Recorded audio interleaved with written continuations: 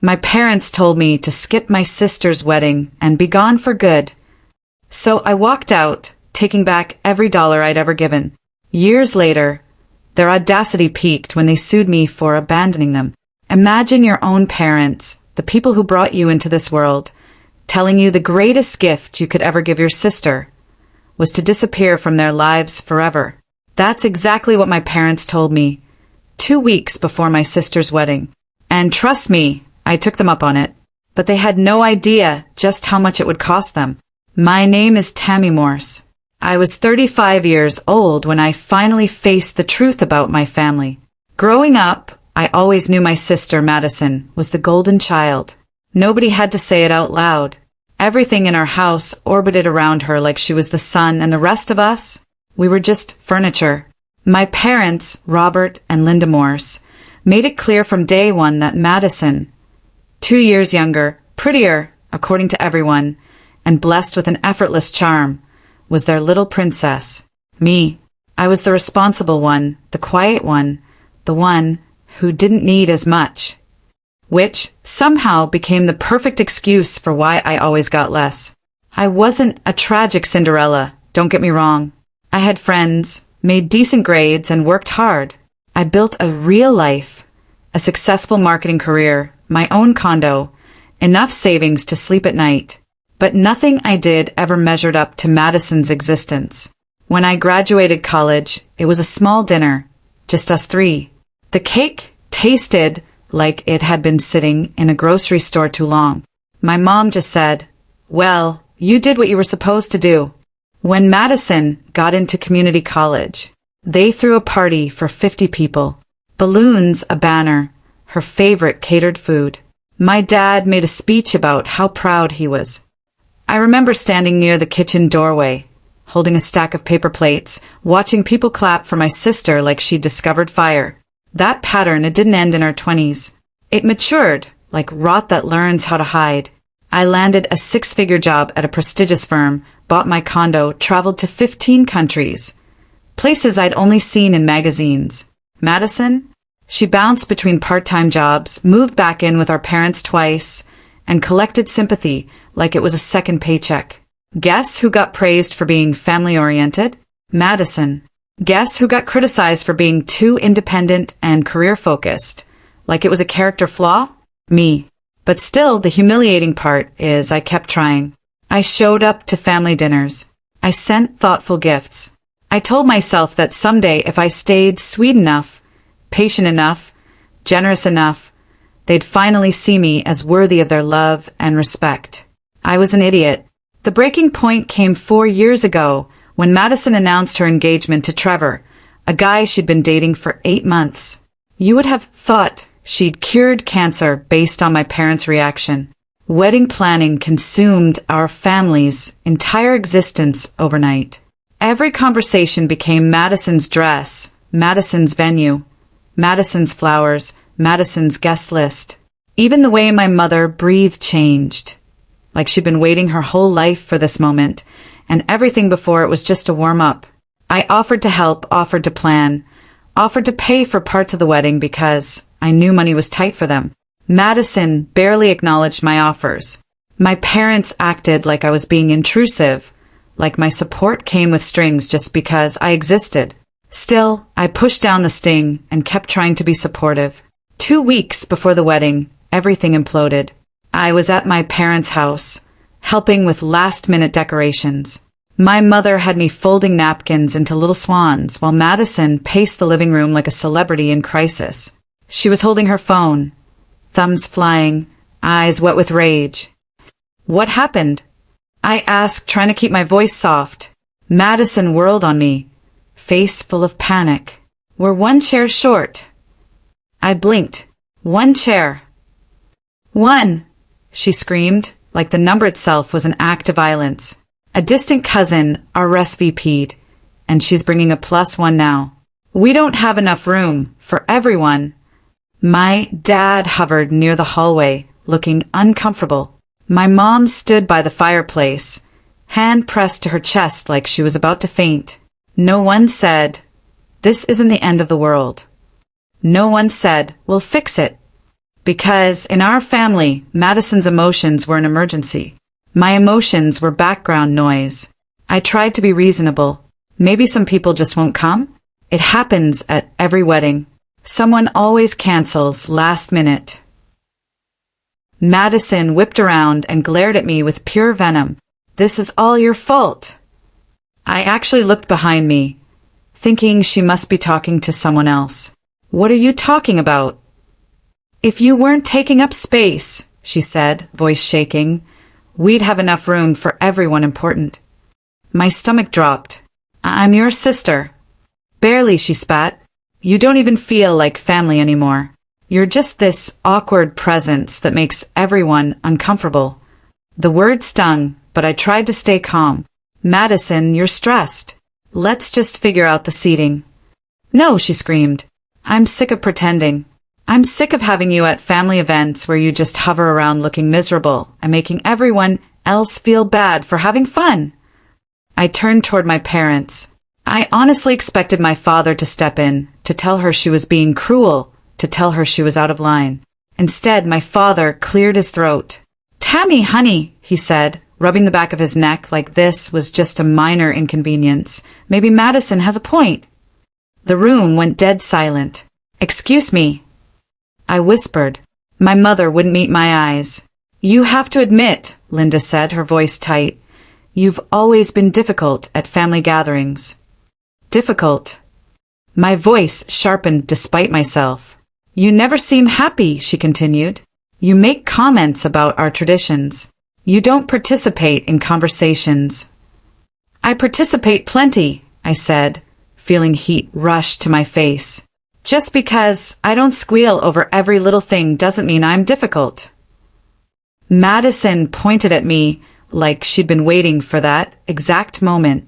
See, even now you're being defensive and negative. My father stood up and walked toward me. For 1 second, one stupid, hopeful second, I thought he was going to comfort me. Instead, he put his hands on my shoulders and looked me dead in the eyes. Tammy, he said carefully, like he was delivering a decision already agreed upon. We've been talking and we think it might be better if you didn't come to the wedding. My brain stuttered. What? Just hear us out, my mother said quickly, as if she could smooth this over with the right tone. This is Madison's special day. We want everything to be perfect for her. With your energy there, my father added, we're worried about drama. I stared at them, trying to find the punchline. My energy? What drama? I asked, my voice trembling now. When have I ever caused drama? You don't have to cause it, Madison said smugly, wiping her tears like she was victorious. You just bring this cloud wherever you go. People can feel it. I looked between all three of them, and that's when it hit me. They didn't just want me gone from the wedding. They wanted me gone. Period. My father exchanged a look with my mother. A silent, practiced kind of communication. Then he took a deep breath, like he was preparing himself for something unpleasant but necessary. Actually, he said, we've been thinking about this for a while now. My throat went dry. Thinking about what? My mother finally looked at me, and her eyes were cold as winter. It means, she said, that the greatest gift you could give your sister is if you disappeared from our lives forever. The silence stretched between us like a canyon. Madison watched me with anticipation, waiting for me to break down and beg.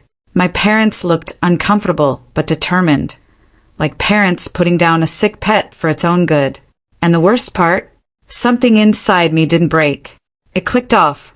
Okay, I said calmly. They all froze. Madison's face fell slightly, like she'd been deprived of the show she was counting on. Okay, my father repeated, stunned. Okay, I said again, steadier this time. If that's what you want, that's what you'll get. I walked to the coat closet and grabbed my jacket. Then I went upstairs to my childhood bedroom and pulled a small wooden box from the back of the closet. Jewelry my grandmother had left me. My real grandmother, the one person in that house who had ever loved me without conditions. When I came back down, they were still standing there like they couldn't believe I wasn't fighting. I'll need a few days to arrange some things, I said, my voice even. But you'll get your wish. Tammy, my mother started. I held up my hand. No, you've made yourselves very clear. I walked to the front door, and before I stepped out, I turned back one last time. Just so we're all clear, I said, my voice low and sharp. You're choosing to lose a daughter who has never done anything but try to love you, because your other daughter throws tantrums when she doesn't get her way. Madison opened her mouth, but no sound came out. I nodded once, like I was sealing contract. Congratulations on your wedding, I said to her. I hope it's everything you dreamed of. Then I walked out and closed the door behind me softly, like the final punctuation mark on a sentence I never wanted to finish writing. Standing on that porch, feeling the cold air cut into my lungs, I realized something terrifyingly simple. They wanted me gone. So I was going to disappear. But not before I took back every single piece of myself they'd been using. I didn't cry that night. That surprised me. I sat alone in my condo, lights off, city glow spilling through the windows, and waited for the collapse to come. The sobbing, the shaking, the moment where I realized I'd just lost my entire family. It never arrived. Instead, there was this eerie stillness, like something heavy had finally been lifted off my chest, and my body didn't quite know how to respond without the familiar pressure. The next morning, I woke up clear-headed in a way I'd never experienced before. So I started making calls. The first call was to my real estate agent. If you're thinking of selling, she said after I explained, you're in luck. The market is hot. We could list this week. Do it, I said without hesitation. The second call was to my bank. There was an account my family never really talked about because they didn't have to, a joint account my father and I had opened years ago when I was still in college. It was supposed to be for emergencies. Over time, it quietly became the account my parents used for everything. Vacations, holiday gifts, home repairs, Madison's bailouts. I had been the primary contributor, not because anyone forced me, but because I believed helping my family made me a good daughter. Because I thought generosity would earn love. The balance sat at just over $47,000. I explained the situation calmly to the bank representative, provided records, every deposit I'd made over the years. It was all documented, clean, undeniable. Within minutes, she confirmed I could withdraw $45,000, my money, immediately. The remaining $2,000, representing my parents' contributions, would be placed on a 72-hour hold for verification. I thanked her, then I smiled. Madison's wedding was in 8 days. They'd need that money within the next 3. By the end of day 1, the condo was listed. By day 3, there were 2 interested buyers. By day 4, I started applying for jobs in other cities. Seattle had been calling to me for years. My company had an office there, and I'd been quietly turning down recruitment offers because my parents needed me close. I reached out to a contact and asked a simple question. Is the offer still open? It was. My phone started ringing the day after I left. At first, it was my mother, voicemails dripping with concern. Tammy, honey, we're worried about you. You're overreacting. Let's just talk this through as a family. Then my father, his tone sharper, irritated. This is childish. You're being spiteful. We didn't mean it like that. Madison alternated between half-hearted apologies and outright accusations. You're trying to ruin my wedding, one message said. I didn't mean it like that. Another claimed hours later. I didn't answer any of them. On day 5, my mother showed up at my office. She cornered me in the lobby during my lunch break, eyes wild, makeup hastily applied like she'd rushed out of the house without looking in the mirror. We need to talk, she said, grabbing my arm. I gently removed her hand. No, we don't. Her face crumpled. You didn't mean forever. We were all stressed. You did, I said evenly. You were very clear. You can't just disappear, she snapped. You're our daughter. I laughed quietly. Funny. That's not what you said when you told me the greatest gift I could give Madison was to vanish from your lives. Her voice dropped. The wedding is in a week. I know. She wants to invite you after all, my mother said quickly. She realizes she made a mistake. No, I replied. She's realizing there might be consequences. My mother's lips trembled. We can't access the money. I took out loans expecting it to be there. I met her eyes for the first time since she arrived. That's not my problem anymore. Her breath hitched. Tammy, you wanted me gone. I said calmly, that includes my money. I walked away. That afternoon, I accepted the Seattle offer. A 20% salary increase, a signing bonus, relocation covered. My last day would be the day after Madison's wedding. The phone calls became frantic as the date approached.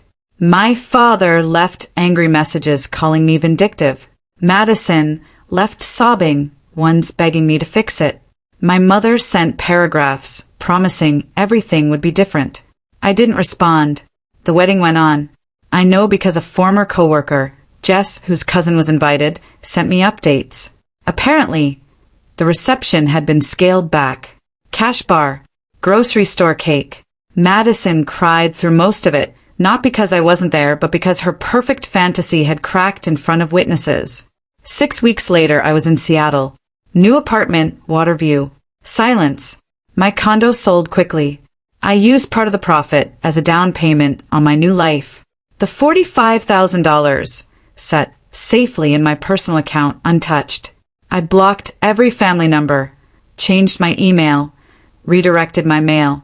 When my mother somehow got my new work number, my assistant told her I wasn't available for personal calls.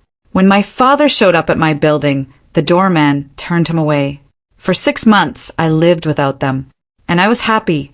I made friends, dated casually, took weekend trips. For the first time in my life, I wasn't bracing myself for disappointment or criticism. I wasn't managing anyone else's emotions. Then the real consequences started to surface. Jess kept me updated, not out of malice, more like disbelief. Without my contributions, my parents were struggling. The loans they'd taken for the wedding piled up. Madison's marriage began to fracture almost immediately.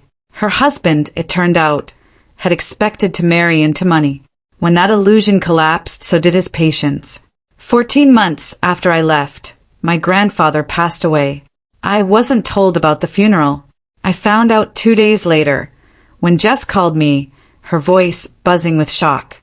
Tammy, she said, you need to sit down. My stomach tightened. Why? Your grandfather left you everything. I nearly dropped the phone. Everything. The house, the investments, the insurance, the car collection. Madison got $5,000 and a letter. My parents got nothing. The inheritance was worth nearly $2 million. My grandfather had been watching all along. And in his final months, he'd made a decision that would change everything. I cried for the first time since the night I walked out. But not because of the money. Because someone finally had seen me. And this time, there would be consequences no one could undo. I didn't attend my grandfather's funeral. Not because I didn't love him, but because no one told me he had died until it was already over. That fact sat heavier in my chest than the inheritance itself. He had been the only one in that family who ever treated me like I mattered. The only one who asked about my work and actually listened. The only one who noticed when I stopped talking at dinner and gently pulled me back into the conversation with a question meant just for me. And they buried him without telling me. 2 days later, sitting on the edge of my bed in Seattle, Jess called again, still half breathless from disbelief. I shouldn't know this before you, she said, but everyone is losing their minds back here. I closed my eyes. Because of the will. Yes. The official letter from my grandfather's attorney arrived the next morning. I opened it slowly, hands trembling, not with excitement, but with dread. Money doesn't erase grief. It doesn't replace the ache of knowing I'd never hear his voice again. But as I read his words, something in me cracked open.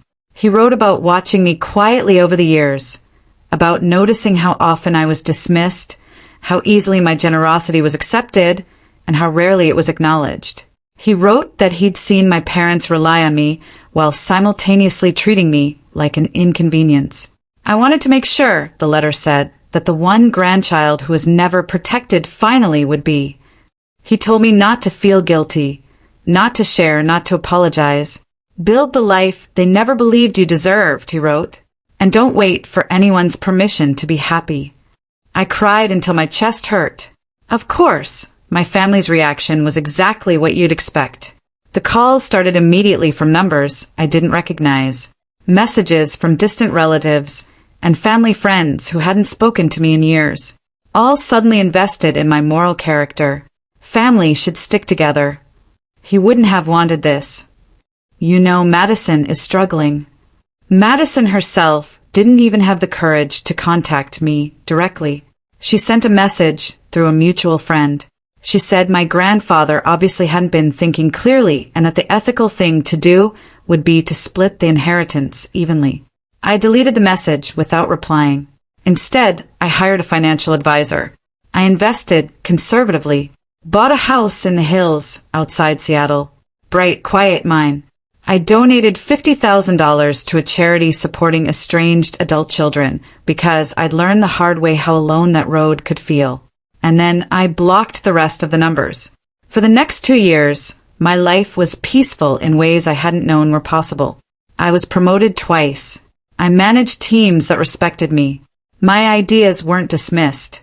My presence wasn't tolerated. It was valued. I met Ethan, a man who didn't flinch when I talked about my family, who didn't try to minimize it or rush me into forgiveness. He listened. He believed me. When I told him how my parents had told me to disappear, he looked genuinely horrified. They treated you like you were lucky to be included, he said quietly one night, reaching for my hand. People were lucky to have you. They just didn't deserve you. I started therapy around that time, not because I was falling apart, but because I finally felt safe enough to unpack what had happened. My therapist helped me see the patterns I'd lived inside for decades. The scapegoating, the emotional manipulation, the way my sister had learned to position herself as fragile and wronged, while my strength was used as proof that I didn't need care. She wasn't competing with you, my therapist explained gently. She was threatened by you. Your success made her feel smaller, so she had to make you smaller to survive. Understanding that didn't erase the hurt, but it freed me from the lie that any of it had been my fault. Jess continued to update me, not because I asked, but because she lived in the same town and couldn't avoid hearing things. My parents were struggling. Loans were piling up. The house was falling into disrepair. Madison's marriage collapsed less than a year in. Her husband had expected financial stability, and when it vanished, so did his patience. She got fired again. Jess told me something about running a side hustle on company time. I wasn't surprised. The family that once treated me like a burden was unraveling without me. And then 6 months ago, I received a letter that made my stomach drop. It came from a law firm back home. My father was suing me. The claims were outrageous. Elder abuse, manipulation, unjust enrichment. They accused me of coercing my grandfather into changing his will, of stealing money from the joint account, of abandoning my family, and causing emotional distress. Madison joined the lawsuit, claiming my disappearance had triggered her depression and career instability. Reading those pages, I felt that familiar internal click, the same one I'd felt the night they told me to disappear. This time, though, I wasn't numb. I was ready. I'd kept everything. Text messages, voicemails, emails, even recordings from that day in the living room when they told me the greatest gift I could give them was to vanish forever. I hired the best family law attorney I could find, a woman named Patricia, sharp-eyed and unapologetically ruthless. When she reviewed my evidence, she smiled. They picked the wrong daughter to lie about, she said. And instead of just defending me, she suggested we go on the offensive, because the truth, it turned out, was finally on my side. Patricia didn't waste time. Instead of quietly responding to my parents' lawsuit like they expected, hoping I'd panic, settle, or give in, we filed a counterclaim. Defamation, harassment, intentional infliction of emotional distress. And then Patricia did something that changed the entire balance of power. She petitioned the court to make all communications related to my estrangement admissible as public record. That included audio recordings from the night they told me to disappear, text messages from my mother admitting they relied on me financially, emails from Madison celebrating how peaceful the family was without me, financial records proving the joint account was funded almost entirely by me. The most devastating piece of evidence surfaced late in discovery. An email Madison had sent me months after I moved to Seattle. She'd been drunk, rambling, honest in the careless way people are when they think they're safe. She wrote that she'd always felt like she was competing with me, that my success made her feel invisible, that the family was finally better without me, that she hoped I would stay gone forever so I wouldn't ruin the peace they'd found. That email alone destroyed their entire narrative. The mediation failed immediately. My parents refused to take responsibility for anything. They still believed guilt and pressure would work, so we went to court. Patricia warned me they might try to perform remorse. She didn't prepare me for how broken they looked. My father had age years. My mother clutched tissues like a shield. Madison looked frantic. Less spoiled princess, more cornered animal. Their lawyer was underprepared. Every argument collapsed under evidence. When the judge listened to the recording of my parents telling me the greatest gift I could give them was to disappear forever, the courtroom went silent. There was no way to reinterpret those words, no way to soften them.